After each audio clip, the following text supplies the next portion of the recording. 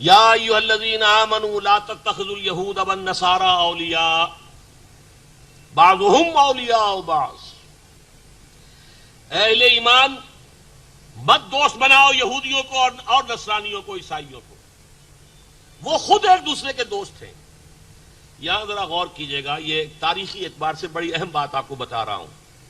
جب میں نے پہلی مرتبہ یہ بات کہی تھی تو ہندوستان کے دینی رسالوں میں بھی اس کے اوپر بہت تحسین کی گئی کہ یہ بات پہلی مرتبہ ڈاکٹر اسرار نے کہی ہے. عام طور پر لوگ اجازت سے گزر جاتے ہیں. تاریخی حقیقت یہ ہے کہ جب قرآن نازل ہو رہا تھا ان کے درمیان دوستی نہیں تھی. عیسائیوں کی اور نصرانیوں کی شدید دشمنی تھی، عیسائیوں کی اور یہودیوں کی. یہودیوں نے تو حضرت مسیح کو صلیب پر چڑھوایا، دوستی کیسے ہو جاتی؟ جنہیں وہ اپنا معبود مان رہے ہیں، خدا کا بیٹا مان رہے ہیں. تو ہسٹری میں تو بہت لمبی تاریخ موجود ہے کہ بڑی شدید دشمنی تھی، بہت شدید پرسیکیوشن. اصل میں یہ آج کے بارے میں پیشین گوئی ہے، آج کے اس دور کے بارے میں. پوٹینشلی تھی یہ، لیکن ایکچولی اب ہوئی ہے. جیسے آپ کہتے ہیں کہ آم کی گٹھلی میں آم کا پورا درخت ہے، پوٹینشلی پورا درخت کہاں ہے؟ آپ کی گٹھلی میں موجود ہے، وہیں سے نکلا ہے نا. وہ دو پتوں کی شکل میں نکلا، پھر بڑھا ہے، درخت بنا. آیا کہاں سے بھائی؟ سارا مواد اسی گٹھلی میں تھا. اسی طریقے سے وہ تھی تو صحیح، اپیرنٹ نہیں تھی، ظاہر نہیں تھی، بلکہ دشمنی تھی شدید. قرآن مجید میں آیا ہے ہم نے اغرینا بینہم العداوۃ والبغضاء، ہم نے ان کے درمیان بغض اور دشمنی پیدا کر دی ہے. تو ایک دوسرے کے دشمن سے. وقالت الیہود لیست النصارى علی شیء وقالت النصارى لیست الیہود علی شیء وهم یتلون الکتاب. سورہ بقرہ کی آیت ہے کہ نہیں؟ یہودی کہتے ہیں نصارہ کی کوئی حقیقت نہیں، نصارہ کہتے ہیں کہ یہودیوں کی کوئی حقیقت نہیں. تو یہ تو ان کے درمیان تو بڑی سخت دشمنی تھی. یہ اصحاب الاخدود کون تھے؟ یہودی بادشاہ یمن کا کچھ عرصے کے لیے یہودیوں کی حکومت قائم ہو گئی تھی یمن میں، ذو نواس. اس نے حضرت عیسیٰ کے پیروکاروں کو زندہ جلایا تھا. اصحاب الاخدود. والسماء ذات البروج والیوم الموعود وشاہد ومشہود قتل اصحاب الاخدود النار ذات الوقود اذ هم علیہا قعود وهم علی ما یفعلون بالمؤمنین شہود. ہزاروں عیسائیوں کو اس شخص نے زندہ کھائی بنا کر آگ کی اس میں جلایا، یہودی نے. تو یہودیوں اور عیسائیوں کے درمیان ہرگز دوستی اس وقت نہیں تھی جب یہ آیت نازل ہوئی. پوٹینشل دوستی تھی اندر، لیکن باہر ایکچوئل دشمنی تھی. یہ ہوا ہے، یہ کل مجھے تقریر جو کرنی ہے اس میں اس کی پوری تفصیل آپ کے سامنے رکھوں گا کہ کس طریقے سے، کن ہتھ کنڈوں سے، کن چال بازیوں سے، کن سازشوں سے پھر یہودیوں نے آج جو شکل بن چکی ہے یہ صرف دوستی کی نہیں ہے، بلکہ پورا عالم عیسائیت یہودیوں کے پنجے میں آ چکا ہے، گرفت میں ہے. وہ یہودیوں کے تابع ہیں. اب جیسے علامہ اقبال 1905 سے 1908 تک رہے تھے یورپ میں، جرمنی میں رہے اور انگلستان میں رہے، اور وہاں انہوں نے دیکھا جو کچھ. فرنگ کی رگے جاں پنجہ یہود میں ہے.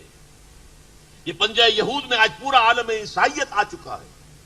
ان کے درمیان شدید گہرا وہ معاونت ایک دوسرے کے ساتھ، اور اسی کے بل پر یہ اسرائیل قائم ہوا ہے. کیا یہودیوں کا باپ بھی قائم کر سکتا تھا اسرائیل؟ یہ تو جو آپ کو معلوم ہے یونائٹڈ نیشن نے بنا کر دیا ہے. پہلا وہ تھا لیگ آف نیشنز، اس نے بنا کر بالفور ڈکلریشن اس کے تحت ان کو آباد ہونے کی اجازت دی گئی. یہ تفسیر مجھے کل میرا خطاب اسی موضوع پر ہے. انسانیت کے اصل دشمن کون ہے؟ کون سیاہی گھول رہا ہے وقت کے بہتے دریا میں؟ یہ ساری خباثتیں جو تاریخ انسانی میں آ رہی کہاں سے آ رہی ہیں؟ اس کی الٹیمیٹ سورس کیا ہے؟ یہ مجھے موضوع ہے کل کا. آپ نے اگر اخبار میں اشتہار بھی دیکھ لیا ہو تو وہاں تفصیل سے بیان کروں گا. یہ آج کے لیے آیت ہے جو قرآن میں اتری.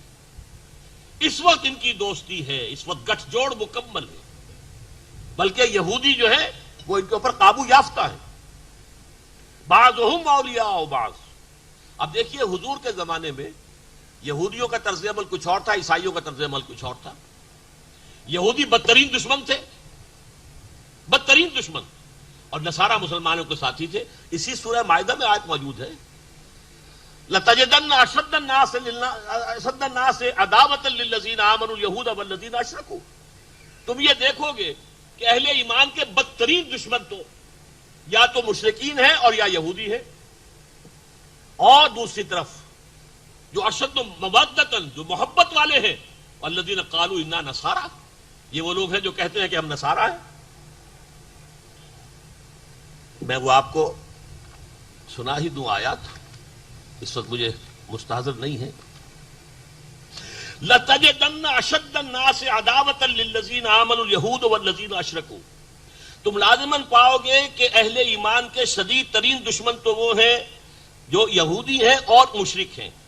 وَلَتَجِدَنَّ أَقْرَبَهُمْ مَوَدَّةً، اور تم دیکھو گے محبت میں ان سے قریب ترین وہ ہیں لِلَّذِينَ آمَنُوا الَّذِينَ قَالُوا إِنَّا نَصَارَىٰ، جو یہ کہتے ہیں کہ ہم نصارہ ہیں. ذَلِكَ بِأَنَّ مِنْهُمْ قِسِّيسِينَ وَرُهْبَانًا وَأَنَّهُمْ لَا يَسْتَكْبِرُونَ. اور یہ اس لیے ہے کہ ان میں درویش ہیں، ان میں راہب ہیں، وہ استکبار نہیں کرتے. آخر حضور کو پہچاننے والا بحیرہ راہب کون تھا؟ عیسائی تھا نہیں. حضرت سلمان فارسی کو راستہ دکھانے والا حضور کی طرف کون تھا؟ عیسائی راہب. نجاشی ایمان لے آیا کہ نہیں؟ ہرقل بھی ایمان لانا چاہتا تھا لیکن اس کے درباری ساتھ نہیں دے رہے تھے. مقوقس شاہ مصر، اس نے حضور کی خدمت میں ہدیے بھیجے. آپ کو معلوم ہے کہ حضور کی جو پھر کنیز تھی جن سے کہ حضرت ابراہیم کی ولادت ہوئی ہے، ماریا قبطیہ رضی اللہ عنہا، وہ کس نے بھیجی تھی؟ مقوقس نے. اور وہ گھوڑا بھی حضور کو اس نے بھیجا تھا. عیسائیوں کی طرف سے حضور کے خلاف پوری آپ کی زندگی میں کوئی اقدام نہیں ہوا. وہ تو عیسائیوں کے تحت تھا ایک بادشاہ، وہ جو ریلی بادشاہ سمجھ لیجیے شام کا، جس نے کہ حضور کے ایلچی کو شہید کر دیا تو اس کے ساتھ جنگ جو ہے شروع ہو گئی. وہ غزوہ موتا ہوا، غزوہ تبوک ہوا، ورنہ یہ کہ کوئی اقدام. اور یہودی بدترین دشمن. تو یہ آیت میں آپ کو اس لیے بتا رہا تھا کہ یہ در حقیقت اس وقت کے لیے نہیں ہے. یا ایھا الذین آمنوا لا تتخذوا اليہود والنصارى اولیاء. میں پھر ڈنکے کی چوٹ کہہ رہا ہوں، یہ آج کے لیے ہی آیت قرآن مجید میں نازل ہوئی. اس لیے کہ قرآن مجید کے بارے میں حضور نے جو بیان فرمایا، دیکھیے مجھے وہ حدیث پیاری یاد آ گئی. حضرت علی راوی ہے، فرماتے ہیں حضور نے ارشاد فرمایا انہا ستکون فتنۃ، ان قریب ایک بہت بڑا فتنہ رونما ہوگا. حضرت علی فرماتے ہیں کہ میں نے عرض کیا فقلت مل مخرج منہا یا رسول اللہ، اے اللہ کے رسول یہ فرمائیے اس سے نکلنے کا راستہ کون سا ہوگا. اس موقع پر رہا نہیں جاتا، اب بے شمار مرتبہ میں پہلے بھی کہہ چکا ہوں، لیکن توجہ دلائے بغیر نہیں گزر سکتا یہاں سے کہ دیکھیے ہم اگر ہوتے تو کیا پوچھتے؟ یہ فتنہ کب آئے گا، کیوں آئے گا، کہاں سے آئے گا، کدھر سے آئے گا، کیا ہوگا، یہ پوچھتے نا. حالانکہ ان تمام سوالوں کا جواب علم ہے، علمی معلومات حاصل ہو گئی. عملی اعتبار سے کیا تھا؟ نجات کون سی ہوگی، نکلیں گے کیسے. وہ ایگزٹ جو لکھا ہوا ہوتا ہے ہال کے دروازوں کے اوپر لال، کہ اگر کہیں کچھ اندر ہو جائے، دھماکہ ہو جائے تو بھاگو ان دروازوں کی طرف، وہ ایگزٹ، وہ ہے مخرج. مخرج لکھتے ہیں عرب ممالک میں، اسی ایگزٹ کی جگہ پر مخرج لکھا ہوتا ہے. مل مخرج منہا یا رسول اللہ، اے اللہ کے رسول اس سے نکلنے کا راستہ کون سا ہوگا. اب فرمایا آپ نے کتاب اللہ فیہ خبر ما قبلکم ونبأ ما بعدکم وحکم ما بینکم. یہ کتاب اللہ ہے جو ہر فتنے سے تمہیں بچا سکتی ہے.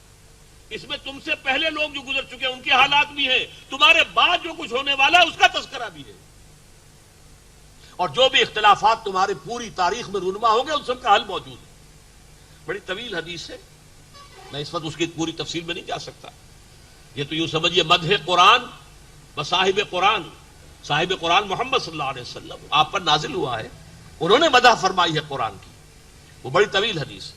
بہرحال بھائی اس آیت کی طرف، یا ایھا الذین آمنوا لا تتخذوا اليہود والنصارى اولیاء بعضهم اولیاء بعض ومن یتولہم منکم فانہ منہم. میں پہلے بیان کر چکا ہوں، یہ سخت ترین فتویٰ ہے.